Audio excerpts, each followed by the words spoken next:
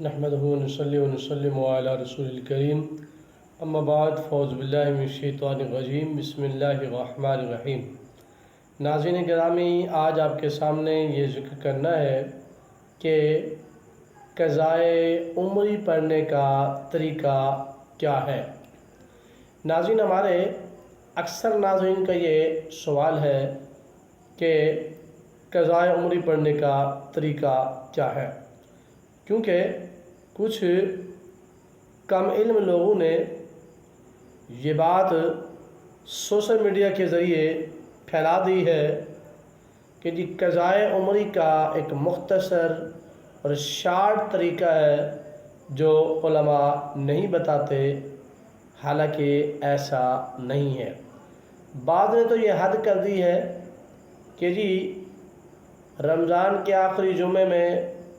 یا مہینے کے آخری جمعے میں یا مہینے کے پہلے جمعے میں یا فلاں مکرم مہینے میں اگر یہ 2 رکعت پڑھ لی جائیں تو اس کو پوری قضائے عمری کا ثواب ملتا ہے، حالانکہ بالکل ایسا نہیں ہے۔ یاد رکھیں، آقا کریم علیہ السلام کی تعلیمات کی روشنی میں جب نماز قضا ہو جائے تو اس کے 2 طرح کے احکام ملتے ہیں۔ ایک ہے وہ شخص جس کی نماز قضا ہوئی وہ صاحب ترتیب ہو، دوسرا وہ شخص جس کی نماز قضا ہوئی وہ صاحب ترتیب نہ ہو۔ ناظرین، صاحب ترتیب کا مطلب یہ ہوتا ہے کہ جو مستقل نماز ادا کر رہا ہو، ایک وقت ایسا آ گیا کسی شرعی عذر کے تحت اس کی نماز رہ گئی، مثلا ظہر کا وقت ہوا اور یہ شخص وہ ظہر سے پہلے ہی سویا ہوا تھا تو اس کی آنکھ نہ کھلی، ظہر کا اول و آخر وقت چلا گیا، جب آنکھ کھلی تو عصر کا وقت شروع ہو چکا تھا۔ تو اب اس صورت میں چونکہ یہ مستقل نماز پڑھنے والا شخص ہے تو اب اس کو ظہر کی قضا کرنی ہے۔ اسی طرح ناظرین، دوسرا وہ شخص ہے جو صاحب ترتیب نہ ہو، یعنی وہ کبھی نماز پڑھ لیتا ہو کبھی نماز نہ پڑھتا ہو، مستقل نماز نہ پڑھتا ہو، چونکہ جو مستقل نماز پڑھتا ہے وہ صاحب ترتیب کہلاتا ہے۔ اب صاحب ترتیب کے لیے قضا کا حکم کچھ اور ہے اور صاحب غیر ترتیب کے لیے قضا کا حکم کچھ اور ہے۔ جو صاحب ترتیب شخص ہے اس کے لیے حکم ہے کہ یہ اگلی نماز کی ادائیگی سے پہلے پچھلی نماز کی قضا لازمی کر لے، یہ صاحب ترتیب کے لیے ہے۔ جو صاحب غیر ترتیب ہے، جو صاحب ترتیب نہیں ہے، اس کے لیے یہ ہے کہ سب سے پہلے وہ اسی وقت کی نماز ادا کرے اور قضا کو بعد میں ادا کرے۔ اب رہا یہ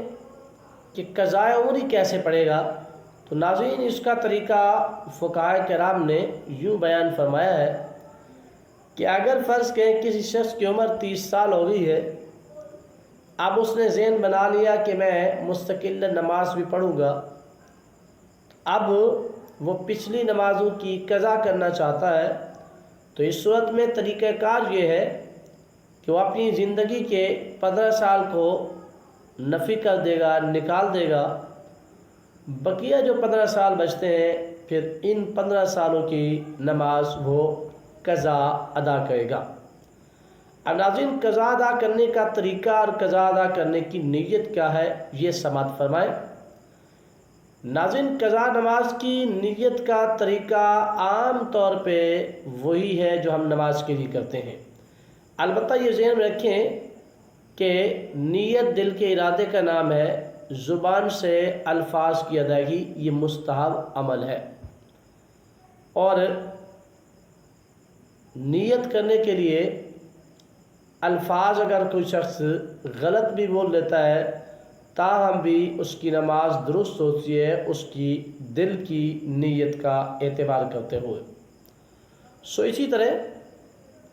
جو شخص قضا نماز ادا کر رہا ہے، فرض کہ وہ فجر کی نماز ادا کر رہا ہے، تو وہ نیت کرتے ہیں کہ میں نیت کرتا ہوں 2 رکعت نماز فرض وقت نماز فجر اب اگر وہ ادا کر رہا تھا تو اس طرح نیت کرے گا، لیکن چونکہ اب اس کو قضا پڑ رہا ہے تو نیت کرے گا 2 رکعت نماز فرض، نماز فجر وقت قضا، منہ تو کعبہ شریف کے بندگی اللہ تعالیٰ کی، اللہ اکبر، اس طرح وہ قضا کی نیت کرے گا۔ اور اگر ایسا شخص ہے جو صاحب غیر ترتیب ہے، اس کی زندگی کی کئی نمازیں قضا ہو گئی ہیں، سب کی وہ قضا پڑھنا چاہ رہا ہے، تو اس صورت میں وہ نیت کرے گا، میں نیت کرتا ہوں نماز فجر، پہلی نماز فجر کی، پھر اس کو قضا پڑے گا، اور جب اس کو پڑھ لیا تو وہ قضا ہونے سے اس کی نماز اس لسٹ سے، یعنی وہ جو چھوڑی تھی وہاں سے